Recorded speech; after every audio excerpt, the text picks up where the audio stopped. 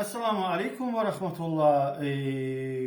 Bildiyiniz kimi mən əlbağlı namaz qılmaq barəsində birinci filmimdə Quran-ı Kərimlə və həmçinin şiə kitabları ilə və həmçinin Əhl-i Sünnətin kitabları ilə dəlilləri sizə təqdim etdim ki, əlbağlı namaz qılmaq barəsində Quranda və şiə kitablarında və həmçində Əhl-i Sünnətin kitablarında Peyğəmbərə dayanacaq hədislər var. Hətta 60 vərəqli kitab sizə göstərdim ki, oradakı bu yəni Ömərdən, Əbu Bəkirdən gəlmir. Bu birbaşa olaraq Allah Rasulundan gəlib və sahabənin bu barədə icması var. İndi isə bu günləri isə məntiq ilə mən bu məsələni çözmək istəyirəm. Deməli, mənə sual vermişdilər ki, məntiqlə buna cavabım varmı, ay Elçin? Mən də dedim, mənim buna çoxdandan cavabım var. Sadəcə belə film olaraq çıxış etməmişdim. Amma bu günləri çıxış edirəm. Deməli, bildiyiniz kimi əlbağlı namaz qılmaq, daha doğrusu əlbağlı namaz qılmaq və əli açıq namaz qılmaq. Bu məntiq ilə də, yəni əlbağlı namaz qılmaq məntiq ilə də keçərli deyil. İndi dəlillərimi, yəni hara hisslənirsən, hara çöndərirsən, bir axıra kimi qulaq as, sonra istehza və kinayəvi elə. Deməli, nəysə, gəlin insanın yaranmasından, çıxışından danışaq. Bildiyiniz kimi, bunu ən çox analar bilir, uşaq dünyaya gələrsən, birinci həkimlər ananın qarnında uşağın başını çöndərirlər ki, başı ilə çıxsın. Yəni, başı ilə çıxsın. Ən çox, ən gözəl doğuş da budur. Başı ilə çıxardılar. Ayağı çıxardanda əl qala bilir, əl qırıla bilər, çıxa bilər. Bu daha təhlükəlidir. Amma, yəni, baş ananın orqanından çıxanda belə çıxır. Biz bildik bunu. Ananın orqanından çıxanda belə çıxır. Biz yəni orqandan çıxanda belə çıxırıq. Bu da dünyaya gəlişimiz bax belə olur. Yəni dünyaya gəlişimiz belə olur. Bunu həm siz Allaha verirsiniz belə. İndi gəlin belə eləyək. Oradan çıxanda belə çıxırsınız. Yəni pis bir şeydir də ora. Yəni qan, xoşa gəlməz sular və s. də mən onları detallığı ilə girmirəm. Atalar, analar və bu işdən məlumatı olan, ata olmayan, ana olmayan xanımlar və bəylər bilər. Siz yəni dünyaya çıxanda belə çıxırsınız və Allahın huzuruna çıxanda da belə çıxırsınız. Məntiqlə uyğun gəlirmi? Yəni Allahın qarşısında da belə dayanırsınız. O bir su, qanın içindən çıxanda da belə çıxırsınız. Məntiqlə uyğundurmu? Yox.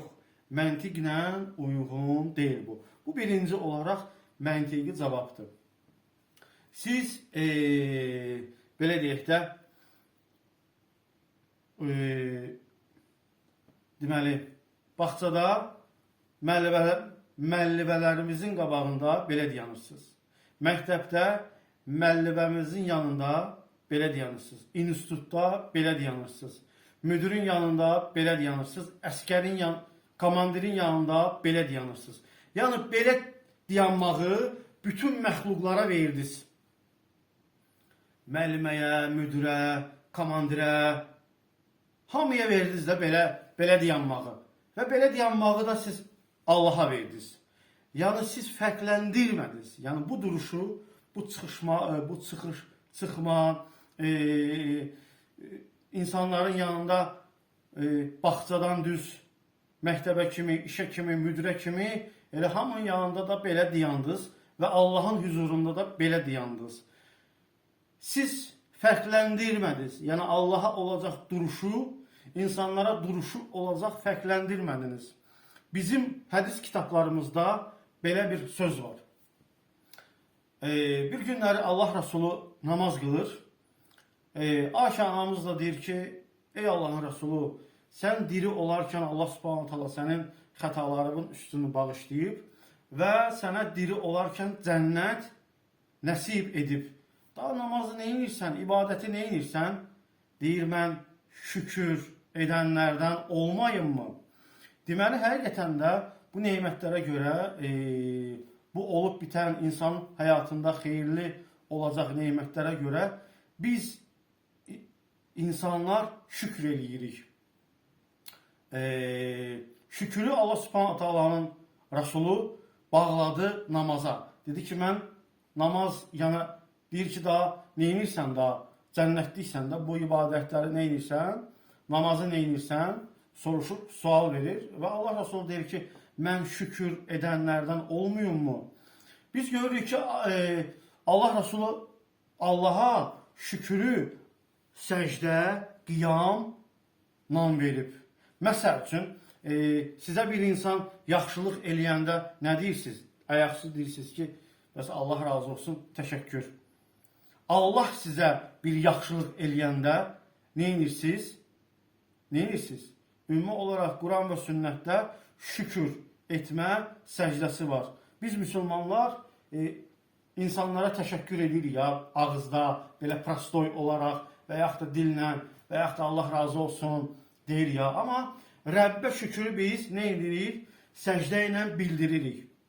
Biz insanlara öz təşəkkürlüyümüzü də yəni ayrı cür veririk. Allaha da təşəkkürümüzü, minnətdarlığımızı namazla veririk. İndi burada mən sizə nəyi anlatmaq istəyirəm?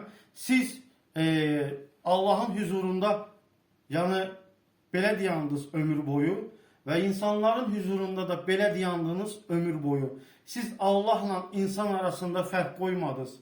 Allaha olacaq şükür başqadır. Yəni Allaha olacaq duruş başqadır. Elə bir duruşla dayanmalısan ki, onu heç kəsə sən indiyənə kimi vermədin. Bax bu duruş, yəni əlim qolum bağlıdır. Əlim qolum bağlıdır. Sənin yanında əlim, hətta bu da bir məntiqdir. Əlim qolum bağlıdır. Mən sənsiz heç nəyəm. Mən səni sevirəm. Bunun əlamətidir. Amma siz isə belə deyanırsınız, belə deyanmaqla elə bir savaşa girirsiniz və yaxud da ki, ayrı bir şeylər yükləmək olar bunun içinə, amma bunun içinə yükləmirəm. Elə bu bir dənəsi ilə yola çıxıram mən. Bu da nədir? Siz yəni dünyaya düz, bax belə gəlirsiniz, öləndə də belə gedir. Biz insanlar belə ölürük. Düz, dünyaya gələndə belə gəlirik. Müəllimələrin qabağında belə, əskərin qabağında belə, tağutun qabağında belə, zalimların qabağında belə, məktəbdə belə, müdürün yanında belə, müəllimələrin yanında belə, şagirdlərin yanında belə. Bunu hamıya verdiniz, amma Allaha da bunu verdiniz. Yəni fərqlənməlidir.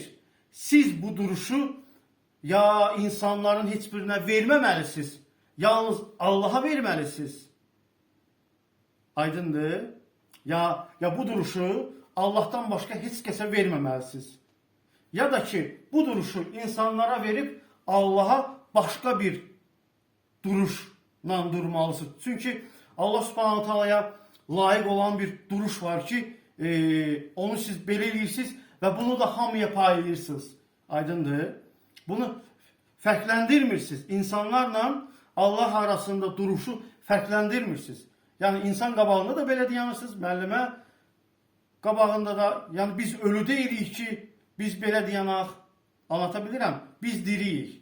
Necə ki, diri ölünün əlləri yerə düşər, yəni sağına soluna düşər. Amma diri insan isə belə deyanar. Allahın izni. Bu mənim məntiqimdir. Kimsə bunu qəbul etməsə, amma mənim birinci bir filmim var ki, əlbağlı namaz qılmaq barəsində Qurandan, Şiə kitablarından və həmçinin də Əhl-i Sünnətin yəni kitablarından sizə təqdim etmişəm. İndi ola bilsin kimsə hissənər və s. İndi çox adam deyəcək ki, deməli, bütlərimiz var ki, məsəl üçün, bütlər belə deyanır. Onun aydınlığını vermişəm. Birinci filmə baxın. Amma yer üzərində o qədər də bütlər var ki, Onu da təqdim eləyəcəm sizə. Yəni bax belə dayanırlar. O qədər bütlər var ki, belə dayanır. Biz də deyəcəyik ki, siz də onlara özünüzü bənzətmişsiniz. Bizim həmənki insanların belə dayanması barəsində qısa olaraq burada da deyim. O, yəni heykəllər mömin olacaq, yəni ətrafındakı olacaq insanlar var idi ki, möminlər var idi ki, öz atalarını, öz babalarını Allaha ibadət eləyərək belə gördülər deyənə, öz heykəllərini də, onların heykəllərini də belə etdilər. Əksinə olaraq o bir tarixdir ki, Allaha haçansa, milyon il bundan qabaq haçansa Rəbbə belə səcdə ediblər. Və bu əksinə olaraq bizim əlbağlı namaz qılmağımızı sübut və isbat edəcək dəlillərdir ki, biz təkcə belə etmirik. Bu başqa-başqa peyğəmbərlərin dönəmindən olan möminlər və peyğəmbərlər də belə namaz qılıb. Bunun dəlili nədir? Tarixi abidələr var, tarixi heykəllər var ki, onlar da belə dayanmışdılar. Və bu da onun dəlilidir ki, çoxdankı olacaq insanlar, yəni belə Rəbbin huzurunda dayanmışlar. Filmlərimə diqqət eləyin. İnşallah kimin sualı varsa, inşallah TikTok'da oluram saat 8-dən 1-ə kimi, 12-yə kimi oluram. Abunə olun kanalıma. Esselamu aleykum və rəhmətullah.